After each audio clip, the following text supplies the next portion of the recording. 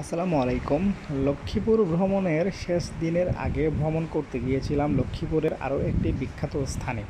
এই স্থানে গিয়ে কি কি উপভোগ করলাম এবং স্থানটি কেমন লেগেছে সেটা সম্পর্কে আজকে আপনাদেরকে বিস্তারিত জানাবো এই ব্লগের মাধ্যমে।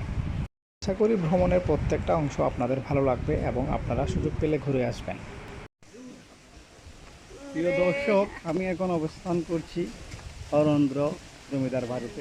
আপনারা দেখতে পাচ্ছেন এইমাত্র পুকুর থেকে একটা জিনের বাচ্চা এই যে সাদা উঠে আসলো, আপনারা দেখতে পাচ্ছেন ক্যামেরার মধ্যে। এই এই দিঘিটা নিয়ে কিন্তু অনেক অনেক ভয়ানক এবং বিপজ্জনক ঘটনা আছে। দেখতে পাচ্ছেন আপনারা, এখানে কিন্তু দুইটা সিঁড়ির পরে আর কোনো সিঁড়ি নেই। জিনরা রাত্রে এই সিঁড়িগুলো ভেঙে নিয়ে গেছে যাতে এখানে আর কেউ নামতে না পারে। এটা সিঁড়ির দিঘি হিসেবে এটা এখানে নামার মতো নেই। আমি আপাতত নিতে চাচ্ছি না, নতুন বিয়ে করেছি। কামানখোলা জমিদার বাড়ি কিংবা হরেন্দ্র জমিদার বাড়ি নামে পরিচিত এই পুরাতন বাড়িটির দুই পাশেই দুইটি বড় বড় দিঘি রয়েছে।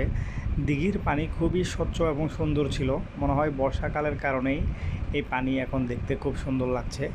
তো প্রথমেই আমরা দিঘির চারপাশে একটু হাঁটাহাঁটি করলাম এবং দিঘির চারপাশে কয়েকটা ছবি তুলে প্রবেশ করলাম এই জমিদার বাড়ির ভিতরের দিকে। লক্ষ্মীপুরের আরও একটি বিশেষত্ব হলো এখানে প্রায় প্রত্যেকটা বাড়ির সামনেই খোলা জায়গায় সুপারি গাছ লাগানো হয়। মূলত এখানে সুপারি চাষটা বেশি হয় আমার দেখে যা মনে হয়েছে। এই জমিদার বাড়ির সামনেও প্রচুর পরিমাণে সুপারি গাছ ছিল। প্রবেশের মুখে আমরা সেগুলো দেখতে পাই। ধীরে ধীরে হাঁটতে হাঁটতে আমরা চলে আসলাম জমিদার বাড়ির প্রধান দরজার সামনে। প্রধান দরজা বলতে এখানে তেমন কোনো দরজা আসলে ওইভাবে তৈরি করা নেই। এই যে একটা বাড়ি লেখা আপনারা দেখতে পাচ্ছেন, এই বাড়ির মাঝখান দিয়ে যে ছোট কালো দরজাটা দেখা যাচ্ছে খোলা, ওই দরজাটা দিয়েই ভিতরে প্রবেশ করতে হয়।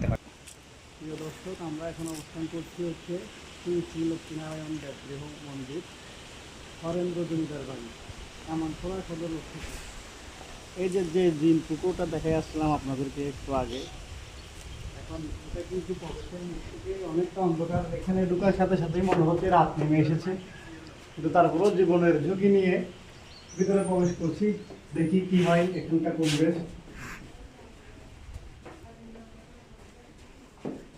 এই যে এখানে সব পুরাতন দরজাগুলো দেখা যাচ্ছে।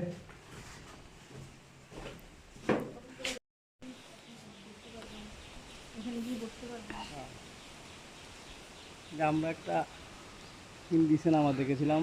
হিন্দি সিনেমার নাম ছিল হচ্ছে ভুলভুলাইয়া। এটা হচ্ছে সেই ভুলভুলাইয়া যেখানে শুটিং করা হয়েছিল ওই বাড়িটা।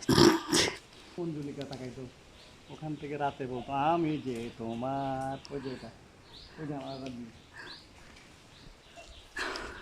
কিছু কিছু জায়গায় কথা খুব স্পষ্টভাবে না আসার কারণে আপনাদেরকে ক্লিয়ারভাবে বলে দিচ্ছি। এইখানে জিন ভূতের প্রভাব এত বেশি ছিল যে এখানের পেঁপেগুলোর সাইজও ছোট। আমি এটাই বুঝাতে চেয়েছিলাম পেঁপেগুলো ধরে ধরে।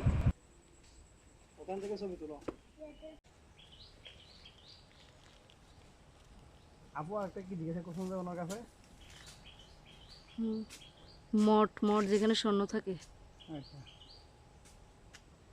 মঠের কথা জিজ্ঞেস করছে।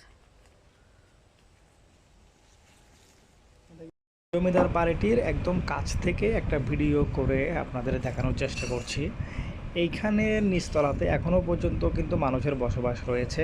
আমরা যেদিন গিয়েছিলাম হয়তোবা সেই দিন তারা কোনো জায়গায় বেড়াতে গিয়েছে, যার কারণে ঘরের দরজাগুলোতে তালা ছিল। যদি মানুষদের দেখা পেতাম তাহলে অবশ্যই তাদেরকে ডেকে ভিতরে ঢোকার একটা সুযোগ নিতাম যে আসলে ভিতরের অংশটা কেমন, কিন্তু সেই সুযোগটা হয়ে ওঠেনি। দেখেন এখনও পর্যন্ত খুবই চমৎকারভাবে জমিদার বাড়িটি দাঁড়িয়ে আছে। সুন্দর কারুকার্য নকশা প্রত্যেকটাই এখানে ক্লিয়ারভাবে দেখা যাচ্ছে। তবে একটা জিনিস ভালো লেগেছে, তারা এই যে একটা ঐতিহ্য ছিল এই ঐতিহ্যটাকে তারা কিন্তু নষ্ট করেনি।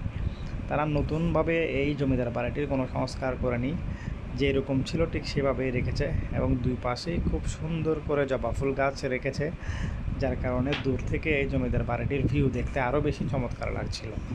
সব মিলিয়ে এই জায়গার ভ্রমণটা কিন্তু খুবই চমৎকার এবং মনোমুগ্ধকর। এই জমিদার বাড়িটির বর্তমান যে সৌন্দর্য রয়েছে তা হচ্ছে এখানে অনেক রকমের সুন্দর সুন্দর পাতাবাহার গাছ রয়েছে।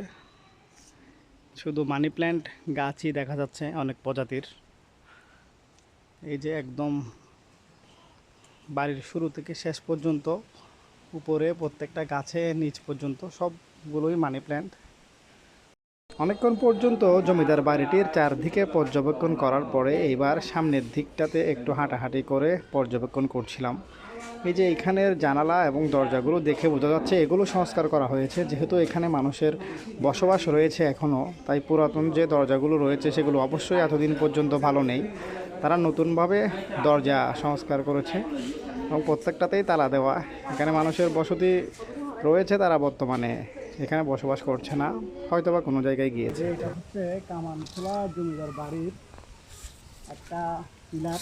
পিলার বলতে আমরা সাধারণত মসজিদে মিনার বলি, আর এখানে ওরা বলতেছে এটা হচ্ছে মঠ। আর এটার যেটা বিশেষত্ব, এই মঠের একদম আগায় যে গম্বুজটা আছে ওখানে নাকি প্রায় 2 কেজি 3 কেজির মতো স্বর্ণ আছে, যেটা এখনো পর্যন্ত কেউ কখনো নিতে পারে নাই। অনেকেই চেষ্টা করছে কিন্তু কোনোভাবেই ওটা নেওয়া সম্ভব হচ্ছে না। এবং এখানকার বাসিন্দারা যারা এই এলাকাটা তত্ত্বাবধান করে তারা বলছে যে কেউ যদি এটা ভেঙে নিতে পারে তাহলে সেটা তার। তো আপনারা এই সুযোগটা চাইলে নিতে পারেন। এই হচ্ছে সেই স্থান। সুন্দর পরিবেশে অনেকক্ষণ পর্যন্ত ভ্রমণ করার পরে অবশেষে জমিদার বাড়িটি থেকে আমরা বিদায় নিলাম। তো আপনাদের সুযোগ থাকলে কখনো লক্ষ্মীপুর গেলে অবশ্যই এই জায়গাটি থেকে ভ্রমণ করে আসবেন। আসসালামু আলাইকুম।